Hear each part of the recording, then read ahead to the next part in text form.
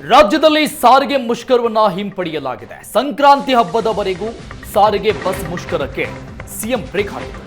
ಈ ಸಂಬಂಧಪಟ್ಟಂಗೆ ನಿನ್ನೆ ಸಾರಿಗೆ ಸಚಿವ ರಾಮಲಿಂಗಾರೆಡ್ಡಿ ಸಿಎಂ ಜೊತೆ ಮಾತನಾಡಿದ್ರು. ಹೊಸ ವರ್ಷಕ್ಕೆ ರಸ್ತೆಗೆ ಸಾರಿಗೆ ಬಸ್ಗಳು ಇಳಿಯಲಿವೆ. ನೋ ಡೌಟ್ 31ನೇ ತಾರೀಖು ಅಂದ್ರೆ ನಾಳೆ ಸಾರಿಗೆಯ ವ್ಯವಸ್ಥೆಯಲ್ಲಿ ಒಂದಿಷ್ಟು ಅವಾಂತರಗಳು ಸೃಷ್ಟಿಯಾಗುತ್ತಾ ಅನ್ನುವಂಥ ಪ್ರಶ್ನೆಗಳಿತ್ತು. ಇಲ್ಲ ಅನ್ನುವಂಥ ಉತ್ತರ ಈಗ ಸಿಎಂ ಸಿದ್ದರಾಮಯ್ಯ ಸಭೆಯ ಬೆನ್ನಲ್ಲಿ ಮುಷ್ಕರವನ್ನು ವಾಪಸ್ ಪಡೆಯಲಾಗಿದೆ.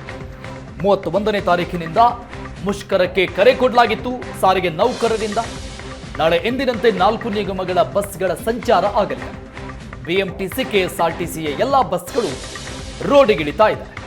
ಸಂಕ್ರಾಂತಿ ಬಳಿಕ ಬೇಡಿಕೆಗಳನ್ನ ಈಡೇರಿಸುವಂತಹ ಭರವಸೆಯನ್ನು ಮತ್ತೆ ಸಿಎಂ ಕೊಟ್ಟಿದ್ದ. ಈ ಹಿಂದೆ ಕೂಡ ಅನೇಕ ಬಾರಿ ಸರ್ಕಾರ ಭರವಸೆಗಳನ್ನ ಕೊಟ್ಟಿತ್ತು. ಭರವಸೆಗಳ ಈಡೇರಿಕೆ ಆಗಿಲ್ಲ ಅನ್ನುವಂಥ ಕಾರಣಕ್ಕೇನೆ ಮುಷ್ಕರದ ನಿರ್ಧಾರವನ್ನು ಮಾಡಲಾಗಿತ್ತು. ಈಗ ಮತ್ತೊಂದು ಸುತ್ತಿನ ಸಂಧಾನ ಸಭೆ ಸಫಲವಾದಂತೆ ಕಾಣಿಸ್ತಾ ಇದೆ. ಡಿಸೆಂಬರ್ 31ರಿಂದ ಹಮ್ಮಿಕೊಳ್ಳಲಾಗಿದ್ದಂತಹ ಸಾರಿಗೆ ನೌಕರರ ಮುಷ್ಕರ ಏನಿದೆ ಇದನ್ನ ಈಗ ವಾಪಸ್ ತೆಗೆದುಕೊಳ್ಳಲಾಗಿದೆ. ಇದರ ಬಗ್ಗೆ ಮಾತನಾಡೋದಕ್ಕೆ ಕೆಎಸ್ಆರ್ಟಿಸಿ ಜಂಟಿ ಕ್ರಿಯಾ ಸಮಿತಿಯ ಅಧ್ಯಕ್ಷರು ನಮ್ಮ ಜೊತೆಗಿದ್ದಾರೆ. ಅವ್ರನ್ನ ಮಾತನಾಡಿಸ್ತಾ ಹೋಗ್ತೀನಿ. ಸರ್, ಮೊದಲನೇದಾಗಿ ಈಗ ಒಂದು ಪ್ರತಿಭಟನೆಗೆ ಕರೆ ಕೊಟ್ಟಿದ್ರಿ. ಪ್ರತಿಭಟನೆ ಕರೆಯನ್ನು ವಾಪಸ್ ತೆಗೆದುಕೊಂಡಿದ್ರ, ಪ್ರತಿಭಟನೆ ಹಿಂತೆಗೆದುಕೊಂಡಿದ್ರ, ಏನ್ ರೀಸನ್ ಸರ್? ಆಕ್ಚುಲಿ ಪ್ರತಿಭಟನೆ ಅಲ್ಲ, ಸ್ಟ್ರೈಕು. ಅಂದ್ರೆ ಸಂಪೂರ್ಣವಾಗಿ ಕೆಲಸ ನಿಲ್ಲಿಸಿ, ಬಸ್ಗಳನ್ನ ನಿಲ್ಲಿಸಿ ಮುಷ್ಕರ ಮಾಡಿ ಸರ್ಕಾರದ ಮೇಲೆ ಒತ್ತಡ ತರಕ್ಕೆ ಮುಖ್ಯವಾದ ಕಾರಣ ಅದೇನಿತ್ತು ಅಂದರೆ 1/1/24ರಿಂದ ನಮ್ಮ ಹೊಸ ವೇತನ ಒಪ್ಪಂದ ಆಗಬೇಕು. ಇನ್ನು ಹಿಂದಿನ ಸರ್ಕಾರ 15% ನಮ್ಮ ವೇತನ ಇನ್ಕ್ರೀಸ್ ಕೊಟ್ಟಿತ್ತು, ಸನ್ಮಾನ್ಯ ಬಸವರಾಜ ಬೊಮ್ಮಾಯಿ ಸರ್ಕಾರ. ಅದರಲ್ಲಿ 38 ತಿಂಗಳು ಅರಿಯರ್ಸ್ ಬಾಕಿ ಉಳಿದಿತ್ತು. ಅದನ್ನು ಆ್ಯಕ್ಚುಲಿ ಅವರು ಅನುದಾನ ಕೊಡ್ತೀವಿ ಅಂದಿದ್ರು. ವರ್ಷದಲ್ಲಿ ಸರ್ಕಾರ ಬದಲಾವಣೆ ಆಯಿತು. ಸೊ ಈ ಸರ್ಕಾರದ ಜವಾಬ್ದಾರಿ ಅದು ಕೊಡೋಕ್ಕೆ. ಇದೆರಡು ಬಹಳ ಮುಖ್ಯವಾದಂಥ ಬೇಡಿಕೆ. ಅದರ ಫಲಶ್ರುತಿಯಾಗಿ ಮುಖ್ಯಮಂತ್ರಿಗಳು ನಮ್ಮನ್ನು ಇನ್ನು 15 ದಿವಸ ಆದಮೇಲೆ ಭೇಟಿ ಮಾಡ್ತೀವಿ ಅಂತ ಒಪ್ಪಿದ್ದಾರೆ. ಅಂದರೆ ಈ ಸಂಕ್ರಾಂತಿ ಆದಮೇಲೆ ಭೇಟಿ ಮಾಡ್ತೀವಿ ಅಂತ. ಅದರಲ್ಲಿ ಸಾರಿಗೆ ನಿಗಮಗಳ ಸಮಸ್ಯೆ, ಮೇನ್ಲಿ ಸಾರಿಗೆ ನಿಗಮ ಸಮಸ್ಯೆ ಅಂದರೆ ದುಡ್ಡು ಕಾಸಿದ್ದು. ಇನ್ನು ನಮ್ಮ ಬೇಡಿಕೆಗಳ ಬಗ್ಗೆ ಮಾತಾಡ್ತೀವಿ, ಸಂಘಗಳನ್ನು ಕರಿತೀವಿ ಅಂತ ಆಶ್ವಾಸನೆ ಕೊಟ್ಟಿದ್ದಾರೆ. ಈ ಹಿನ್ನೆಲೆಯಲ್ಲಿ ನಮ್ಮ ಸ್ಟ್ರೈಕನ್ನು ವಾಪಸ್ ತಗೊಳ್ಳಿ ಅಂತ ಕೇಳಿದ್ದಾರೆ. ಆದ್ದರಿಂದ ನಾವು ನಮ್ಮ ಜಂಟಿ ಸಮಿತಿಯಲ್ಲಿ 6 ಯೂನಿಯನ್ಗಳಿವೆ, ನಾವೆಲ್ಲ ಅದನ್ನು ಚರ್ಚೆ ಮಾಡಿ ಸ್ಟ್ರೈಕನ್ನು ವಾಪಸ್ ತಗೊಳ್ಬೇಕು ಅಂತ ತೀರ್ಮಾನ ಮಾಡಿ ಒಂದು ಪ್ರೆಸ್ ರಿಲೀಸ್ ಕೂಡ ನಾವು ಕೊಟ್ಟಿದ್ದೀವಿ. ಮತ್ತು ಎಂಪ್ಲಾಯೀಸನ್ನು ಅಪೀಲ್ ಮಾಡಿದ್ದೀವಿ. 31ನೇ ತಾರೀಕು ಯಥಾಸ್ಥಿತಿ ಕೆಲಸ ಮಾಡಿ, ಯಾವುದೇ ಸ್ಟ್ರೈಕ್ ಇರೋದಿಲ್ಲ. ಇನ್ನು ಹೊಸ ವರ್ಷವನ್ನ ಬರಮಾಡಿಕೊಳ್ಳುವುದಕ್ಕೆ ಕಾಫಿನಾಡು ಸಜ್ಜಾಗಿದೆ. ಹಾಗಾಗಿ ಕಾಫಿನಾಡು ಚಿಕ್ಕಮಗಳೂರಿನತ್ತ ಪ್ರವಾಸಿಗರ ದಂಡೇ ಹರಿದು ಬಂದಿದೆ. ಪ್ರವಾಸಿಗರಿಂದ ಹೋಮ್ ಸ್ಟೇ, ರೆಸಾರ್ಟ್ ಎಲ್ಲವೂ ಕೂಡ ಹೌಸ್ಫುಲ್ ಆಗಿದೆ. ಕಳೆದ 1 ತಿಂಗಳ ಹಿಂದೆನೆ ಹೋಟೆಲ್ ರೂಮ್ಗಳ ಬುಕ್ಕಿಂಗ್ ಆಗಿತ್ತು. 1000ಕ್ಕೂ ಹೆಚ್ಚು ಹೋಮ್ ಸ್ಟೇಗಳಿರು, 20ಕ್ಕೂ ಹೆಚ್ಚು ರೆಸಾರ್ಟ್ ಎಲ್ಲವೂ ಕೂಡ ಫುಲ್ ಆಗಿದೆ. ಈಗ ಹೆಚ್ಚು ಹಣ ಕೊಡ್ತೀನಿ ಅಂದ್ರೂ ಕೂಡ ರೆಸಾರ್ಟ್ಗಳು ಖಾಲಿ ಇಲ್ಲ. ಯಾಕಂದ್ರೆ ಮೊದಲೇ ರಿಸರ್ವ್ ಆಗಿರೋದು. ಮಾಗಿ ಚಳಿಯ ನಡುವೆಯೂ ಕೂಡ ನೂತನ ವರ್ಷಾಚರಣೆಗೆ ಪ್ಲಾನ್ ಮಾಡಿಕೊಂಡಿದ್ದಾರೆ. ಕಾಫಿನಾಡು ಪ್ರಕೃತಿ ಸೌಂದರ್ಯ ಸವಿಯೋದಕ್ಕೆ ಪ್ರವಾಸಿಗರು ಸಜ್ಜಾಗಿದ್ದಾರೆ. 2024ಕ್ಕೆ ಗುಡ್ ಬೈ ಹೇಳಿ 2025 ವೆಲ್ಕಮ್ ಮಾಡಲಿಕ್ಕೆ ಕಾಫಿನಾಡು ಚಿಕ್ಕಮಗಳೂರು ಜಿಲ್ಲೆಯಲ್ಲಿ ಈಗಾಗಲೇ ಪ್ರವಾಸಿಗರು ಪ್ಲಾನನ್ನು ಕೂಡ ಮಾಡ್ಕೊಂಡಿರುವಂಥದ್ದು. ಚಿಕ್ಕಮಗಳೂರಿನಲ್ಲಿರುವಂಥ ಬಹುತೇಕ ಹೋಮ್ ಸ್ಟೇ ರೆಸಾರ್ಟ್ಗಳನ್ನು ಈಗಾಗಲೇ ಮುಂಗಡವಾಗಿ ಪ್ರವಾಸಿಗರು ಬುಕ್ಕಿಂಗ್ ಮಾಡ್ಕೊಂಡಿರುವಂಥದ್ದು. ನಾನೀಗ ಚಿಕ್ಕಮಗಳೂರು ನಗರದ ಹೊರವಲಯದಲ್ಲಿರುವಂಥ ಹೋಮ್ ಸ್ಟೇ ಒಂದರಲ್ಲಿದ್ದೀನಿ. ಈ ಹೋಮ್ ಸ್ಟೇಯಲ್ಲಿ ಸರಿಸುಮಾರು 11 ರೂಮ್ಗಳು ಕೂಡ ಇರುವಂಥದ್ದು. ಈಗಾಗಲೇ 11ಕ್ಕೂ ರೂಮ್ಗಳನ್ನು ಕೂಡ 15 ದಿನಗಳ ಹಿಂದೆ ಪ್ರವಾಸಿಗರು ಈಗಾಗಲೇ ಬುಕ್ಕಿಂಗನ್ನು ಕೂಡ ಮಾಡ್ಕೊಂಡಿರುವಂಥದ್ದು. ಚಿಕ್ಕಮಗಳೂರಿನಲ್ಲಿ ಹೊಸ ವರ್ಷವನ್ನು ಆಚರಣೆ ಮಾಡಿಕೊಡ್ಬೇಕು ಅನ್ನೋ ನಿಟ್ಟಿನಲ್ಲೂ ಕೂಡ ಈಗಾಗಲೇ ರಾಜ್ಯ ಅಲ್ಲದೆ ಹೊರ ರಾಜ್ಯಗಳಿಂದಲೂ ಕೂಡ ಪ್ರವಾಸಿಗರು ಒಂದು ಪ್ಲ್ಯಾನನ್ನು ಕೂಡ ಮಾಡ್ಕೊಂಡಿರುವಂಥದ್ದು. ಇಲ್ಲಿರುವಂತಹ ಪ್ರಕೃತಿಯ ಸೌಂದರ್ಯದ ನಡುವೆ ಹೊಸ ವರ್ಷವನ್ನು ವಿಭಿನ್ನವಾಗಿ ಆಚರಣೆ ಮಾಡ್ಕೋಬೇಕು ನಿಟ್ಟಿನಲ್ಲೂ ಕೂಡ ಎಲ್ಲ ರೀತಿಯಲ್ಲೂ ಕೂಡ ತಯಾರಿಯನ್ನು ಕೂಡ ಪ್ರವಾಸಿಗರು ನಡೆಸಿರುವಂಥದ್ದು. 90% ಹೋಮ್ ಸ್ಟೇ ಮತ್ತು ರೆಸಾರ್ಟ್ಗಳು ಈಗಾಗಲೇ ಪ್ರವಾಸಿಗರಿಂದ ಮುಂಗಡವಾಗಿ ಭರ್ತಿಯಾಗಿರುವಂಥದ್ದು. ಪ್ರವಾಸಿಗರೇನೋ ಪ್ಲಾನ್ ಮಾಡ್ಕೊಂಡಿದ್ದಾರೆ. ಆ ನಿಟ್ಟಿನಲ್ಲಿ ಹೋಮ್ ಸ್ಟೇ ಮತ್ತು ರೆಸಾರ್ಟ್ನ ಮಾಲೀಕರು ಕೂಡ ಬಂದಂಥ ಪ್ರವಾಸಿಗರಿಗೆ ಒಂದು ಆತಿಥ್ಯವನ್ನು ಕೂಡ ನೀಡುವ ನಿಟ್ಟಿನಲ್ಲೂ ಕೂಡ ಅವ್ರದ್ದೇ ಆದಂಥ ವಿಭಿನ್ನ ರೀತಿಯಲ್ಲೂ ಕೂಡ ಪ್ಲಾನನ್ನು ಕೂಡ ಮಾಡ್ಕೊಂಡಿರುವಂಥದ್ದು. ಹೊಸ ವರ್ಷದ ದಿನದಂದು, ಇಂದಿನ ದಿನದಂದು ಬಂದಂಥ ಪ್ರವಾಸಿಗರಿಗೆ ಆತಿಥ್ಯ ನೀಡುವಂಥದ್ದು. ಹಾಗಾಗಿ ಆ ಹೋಮ್ ಸ್ಟೇಗಳಲ್ಲಿ ಈಗಾಗಲೇ ಲೈಟಿಂಗ್ಸ್ ಹಾಗೆ ಡಿ ಜೆಗಳನ್ನು ಕೂಡ ಹಾಕಿರುವಂಥದ್ದು, ಅಲ್ಲದೆ ಸುಣ್ಣ ಬಣ್ಣಗಳನ್ನು ಕೂಡ ಹೊಡೆದಿರುವಂಥದ್ದು. ಹೀಗಾಗಿ ಚಿಕ್ಕಮಗಳೂರಿನ ಬಹುತೇಕ ಹೋಮ್ ಸ್ಟೇಗಳಲ್ಲೂ ಕೂಡ ಇದೇ ರೀತಿಯ ಚಿತ್ರಣವಿರುವಂಥದ್ದು. ಈಗಾಗಲೇ ಪ್ರವಾಸಿಗರು ಚಿಕ್ಕಮಗಳೂರಿನಲ್ಲಿ ಜಿಲ್ಲೆಯಲ್ಲಿರುವಂತಹ ಪ್ರಕೃತಿ ಸೌಂದರ್ಯಕ್ಕೆ ಮನಸೊತ್ತು ಮಾಗಿಯ ಚಳಿಯ ನಡುವೆ ಹೊಸ ವರ್ಷವನ್ನು ಆಚರಣೆ ಮಾಡಿಕೊಳ್ಳಿಕ್ಕೆ ಎಲ್ಲ ರೀತಿಯಲ್ಲೂ ಕೂಡ ಪ್ಲಾನನ್ನು ಕೂಡ ಮಾಡಿಕೊಂಡಿರುವಂಥದ್ದು. ರಾಜ್ಯದಲ್ಲೇ ಅತ್ಯಂತ ಎತ್ತರ ಪ್ರದೇಶವಾದಂಥ ಮುಳ್ಳಯ್ಯನಗಿರಿ ಸೇರಿದಂತೆ ಗಿರಿತಪ್ಪಲಿನ ಪ್ರದೇಶಗಳಲ್ಲೂ ಕೂಡ ಹಚ್ಚ ಹಸಿರಿನ ವಾತಾವರಣ ಇರುವಂಥದ್ದು. ಏಕೆಂದರೆ ವರ್ಷ ಪೂರ್ತಿಯೂ ಕೂಡ ಚಿಕ್ಕಮಗಳೂರು ಜಿಲ್ಲೆಯಲ್ಲಿ ಮಳೆ ಸುರಿದಿರುವಂಥದ್ದು. ಹಾಗಾಗಿ ಪ್ರಕೃತಿಯ ಸೌಂದರ್ಯವೂ ಕೂಡ ಇಮ್ಮಡಿಗೊಂಡಿರುವಂಥದ್ದು, ಹಚ್ಚ ಹಸಿರಿನ ವಾತಾವರಣವೂ ಕೂಡ ಇರುವಂಥದ್ದು. ಅದರ ಜೊತೆಗೆ ಹೋಮ್ ಸ್ಟೇ ಮತ್ತು ರೆಸಾರ್ಟ್ಗಳು ಕೂಡ ದಟ್ಟವಾದಂಥ ಸುತ್ತಲೂ ಕೂಡ ಹಚ್ಚ ಹಸಿರಿನ ವಾತಾವರಣ, ಕಾಫಿ ತೋಟಗಳ ನಡುವೆ ಹೋಮ್ ಸ್ಟೇಗಳು ಕೂಡ ಇರುವಂಥದ್ದು. ಹಾಗಾಗಿ ಸ್ವಚ್ಛಂದವಾದಂಥ ಪರಿಸರ, ಹಾಗೆಯೇ ಸುತ್ತಲೂ ಕೂಡ ಹಚ್ಚ ಹಸಿರಿನ ವಾತಾವರಣವೂ ಕೂಡ ಇರುವ ನಿಟ್ಟಿನಲ್ಲೂ ಕೂಡ ಪ್ರವಾಸಿಗರು ಒಂದು ರೀತಿ ಹೊಸ ವರ್ಷವನ್ನು ವಿಭಿನ್ನವಾಗಿ ಆಚರಣೆ ಮಾಡ್ಕೋಬೇಕು ಅನ್ನೋ ನಿಟ್ಟಿನಲ್ಲಿ ಕೂಡ ಪ್ಲಾನನ್ನು ಹಾಕಿಕೊಂಡು ಚಿಕ್ಕಮಗಳೂರಿನಲ್ಲಿ ಈಗಾಗಲೇ ಹೊಸ ವರ್ಷವನ್ನು ವೆಲ್ಕಮ್ ಮಾಡಲಿಕ್ಕೆ ಒಂದು ಪ್ಲಾನನ್ನು ಕೂಡ ಮಾಡ್ಕೊಂಡಿರುವಂಥದ್ದು. ಜೊತೆಗೆ ಮಾತಾಡಲಿಕ್ಕೆ ಹೋಮ್ ಸ್ಟೇನ ಉಸ್ತುವಾರಿ ನೋಡ್ಕೊತಿರುವಂಥ ಚೇತನ್ ಅವರು ನಮ್ಮ ಜೊತೆ ಇರುವಂಥದ್ದು.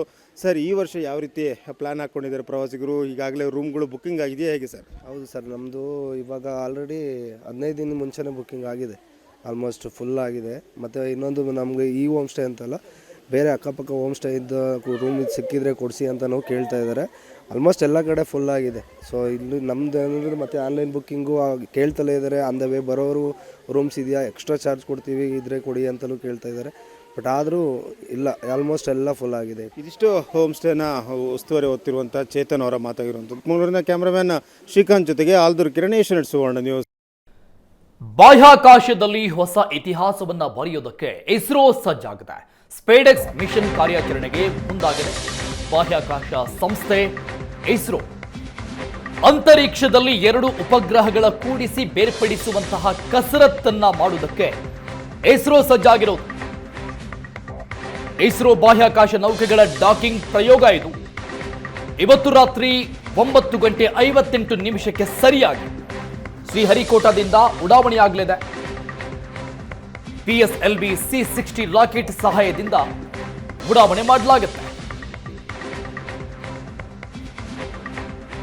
ಅದರ ಗ್ರಾಫಿಕ್ಸ್ ಮಾದರಿಯನ್ನು ಗಮನಿಸ್ತಾ ಇದ್ದೀವಿ ಸ್ಕ್ರೀನ್.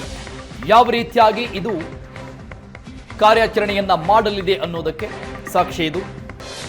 220 kg ತೂಕದ ಟಾರ್ಗೆಟ್ ಚೇಸರ್ಗಳ ಉಡಾವಣೆ. ವಿಶ್ವದ 3 ರಾಷ್ಟ್ರಗಳಲ್ಲಿ ಮಾತ್ರ ಈ ತಂತ್ರಜ್ಞಾನ ಇರೋದು. ಈ ಸಾಧನೆ ಯಶಸ್ವಿಯಾದರೆ 4ನೇ ದೇಶ ಆಗುತ್ತೆ ವಿಶ್ವದ ಮ್ಯಾಪ್ನಲ್ಲಿ. ಅಮೆರಿಕ, ರಷ್ಯಾ, ಚೀನಾ ಬಳಿಕ ಡಾಕಿಂಗ್ ವ್ಯವಸ್ಥೆಯುಳ್ಳಂತಹ 4ನೇ ರಾಷ್ಟ್ರ ಆಗಿ ಭಾರತ ಹೊರಹೊಮ್ಮುತ್ತಾ ಇದೆ. ಸ್ಪೆನ್ಸರ್ಗಳನ್ನು ಬಳಸಿ 2 ಉಪಗ್ರಹಗಳು ಒಂದಕ್ಕೊಂದು ಜೋಡಣೆ ಆಗೋದು. ಉಡಾವಣೆಯ ನಂತರದಲ್ಲಿ ಯಾವ ರೀತಿಯಾಗಿ ಉಪಗ್ರಹಗಳು ಜೋಡಣೆ ಆಗಲಿವೆ ಅನ್ನೋದಕ್ಕೆ ಆ ಗ್ರಾಫಿಕ್ಸ್ನ ಮಾದರಿಯನ್ನ ನೋಡ್ತಾ ಇದೆ. ಇಸ್ರೋ ಬಾಹ್ಯಾಕಾಶ ನೌಕೆಗಳ ಡಾಕಿಂಗ್ ಪ್ರಯೋಗ PSLV C-60 ರಾಕೆಟ್ ಸಹಾಯದಿಂದ ಉಡಾವಣೆ ಆಗಲಿದೆ ರಾತ್ರಿ 9:58.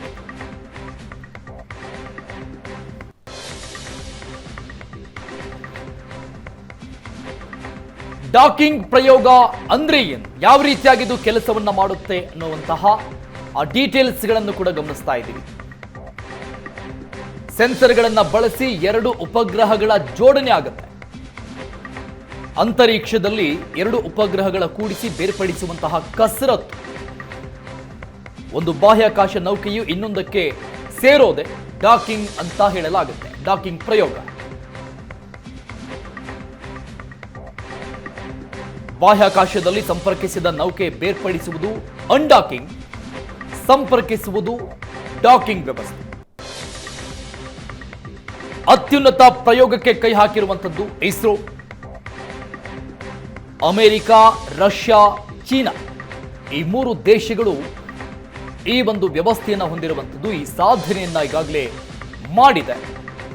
ಆ ಒಂದು ಸಾಲಿನಲ್ಲಿ ಭಾರತ ನಿಂತುಕೊಳ್ಳಲಿದೆ. 4ನೇ ರಾಷ್ಟ್ರವಾಗಿ ಹೊರಹೊಮ್ಮುತ್ತಾ ಇದೆ ಭಾರತ.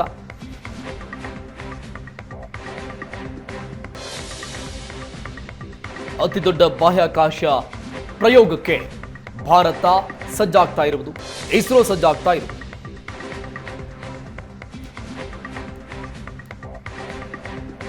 PSLV C-60 ರಾಕೆಟ್ ಸಹಾಯದಿಂದ ಉಡಾವಣೆ ಆಗ್ತಾ ಇದೆ. ರಾತ್ರಿ 9:58 ಶ್ರೀಹರಿಕೋಟಾದಿಂದ 220 kg ತೂಕದ ಟಾರ್ಗೆಟ್ ಇರೋದು ಚೇಜರ್ಗಳ ಉಡಾವಣೆ.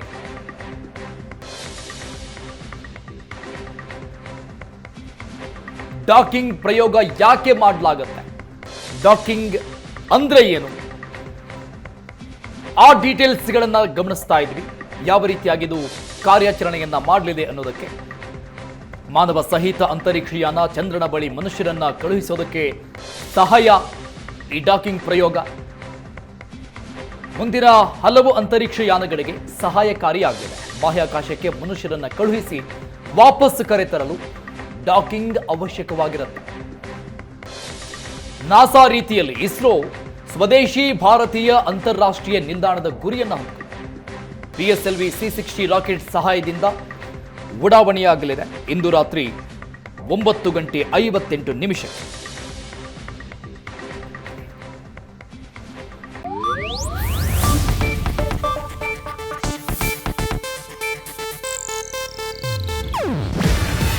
ಇದು ಏಷ್ಯಾನೆಟ್ ನ್ಯೂಸ್ ನೆಟ್ವರ್ಕ್ ಪ್ರಸ್ತುತಿ.